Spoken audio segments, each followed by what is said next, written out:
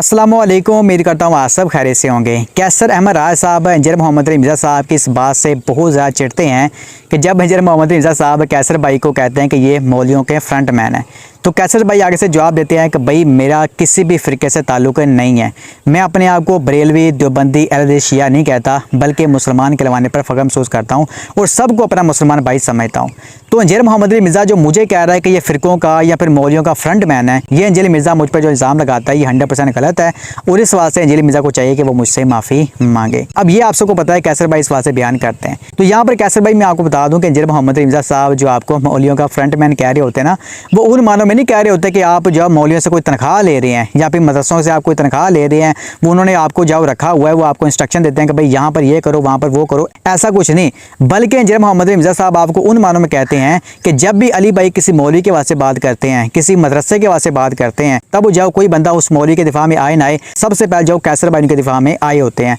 आपने देखा होगा एक बच्चे के साथ ज्यादती करने की कोशिश की गई, वहाँ पर भी जो कैसर राज साहब दरमियान में आ गए कि उनका दिफा इस बात से किया। इसके बाद जो कैसर राज साहब ने कहा कि पाकिस्तान में जो फ़िरकावात है ही नहीं, इंजीनियर मिर्ज़ा तो एवं ही कहता कि भाई पाकिस्तान में जो फ़िरकावात का मसला है। लेकिन सब ने देखा कि जब लाहौर में इस्लाह का वाक़या हुआ तो वहाँ पर मुफ्ती तारिक मसूद साहब ने कुछ बयान जारी किया जिसमें उन्होंने TLP वालों को दावत इस्लाह पेश की कि हज़रत आप इस बात से गौर करें, ये दीन इस्लाम की तालीमात नहीं है। तो वहाँ पर उन्होंने जवाब दिया कि तेरी ऐसी की तैसी तरह इलाज हम कर लेते हैं, तुझे छोड़ेंगे नहीं हम। इसी तरह आप देखें इंजीनियर मोहम्मद अली मिर्ज़ा साहब इंटरनेशनल लेवल के ऊपर एक कद्दावर शख्सियत है, लेकिन उनकी जान जाओ यहाँ पर महफूज नहीं है। मीठे मीठे उलमा कराम जिनका कैसर साहब दिफा करते हैं, वो इंजीनियर मोहम्मद अली मिर्ज़ा साहब के रोज़ डेली बेस के ऊपर अली भाई की जान को वनरेबल करते हैं, ठीक है। और यहाँ तक कि उलमा कराम ने इंजीनियर साहब के कत्ल के फतवे जारी किए हुए हैं, उनके सर की कीमत रखी हुई है। तो इस सब कुछ होने के बावजूद कैसर साहब हमेशा उन्हीं जावो मौलवियों के दिफा में आ रहे होते हैं जो आप समझ के पाकिस्तान में अमन को कायम होने नहीं देते और फ़िरकावार सवाल से फैलाते हैं। तो कैसर भाई जब इस तरह के मामला में आकर आप मौलवियों की मदरसों की जो नाजायज़ सवाल से हमायत कर रहे होते हैं, तो वहाँ पर इंजीनियर साहब आपको ये बात कहते हैं कि भाई आप उनके जो फ्रंट मैन बन रहे हैं, ठीक है।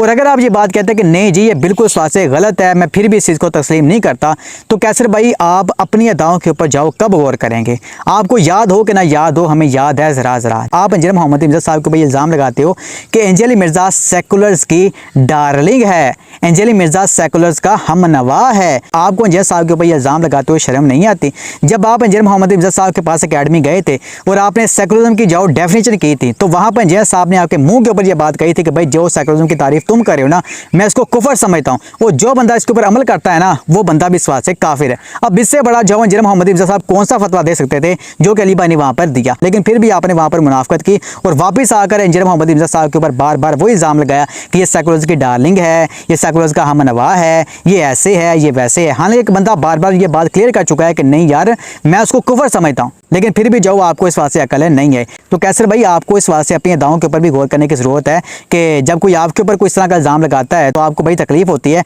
लेकिन जब आप किसी के ऊपर इस तरह का इल्ज़ाम लगाते हैं तब आपको भी सोचना चाहिए कि अगले बंदों को भी इस बात से तकलीफ होती है। तो ये मैंने आपको बता दिया है, उम्मीद करता हूँ कुछ ना कुछ आपको समझ आ गई होगी। तो खैर चलिए हम दुआ करते हैं कि अल्लाह पाक हमको इस बात से हिदायत दे, आमीन। अस्सलाम वालेकुम व रहमतुल्लाहि व बरकातहू।